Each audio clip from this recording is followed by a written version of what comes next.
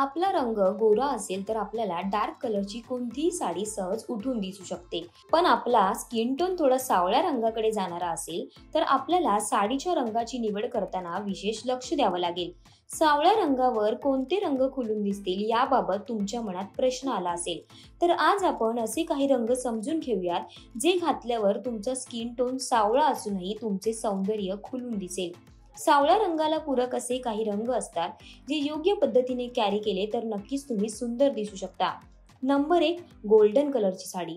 जर तुम्हाला अधिक सुंदर दिसायचे असेल तर तुमच्या वॉर्डरोबमध्ये गोल्डन रंगाची साडी अवश्य ठेवा. जर तुमची त्वचा डार्क किंवा सावळी असेल तर तुम्ही ही साडी कॅरी करू शकता. यासोबतच तुम्ही गोल्डन किंवा ब्राऊन ब्लाउजही तुम्हाला चांगला दिसू शकतो. नंबर 2, स्काय ब्ल्यू किंवा रॉयल ब्ल्यू साडी.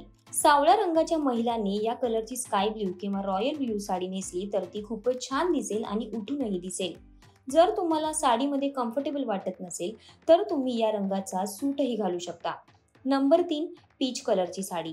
पीच रंग हा साधारणपणे कोणत्याही रंगावर खुलून दिसणारा रंग आहे. तुम्ही जर सावळ्या रंगाचे असाल तर हा पीच रंग फ्रेश असल्याने तो छान उठूनही दिसतो.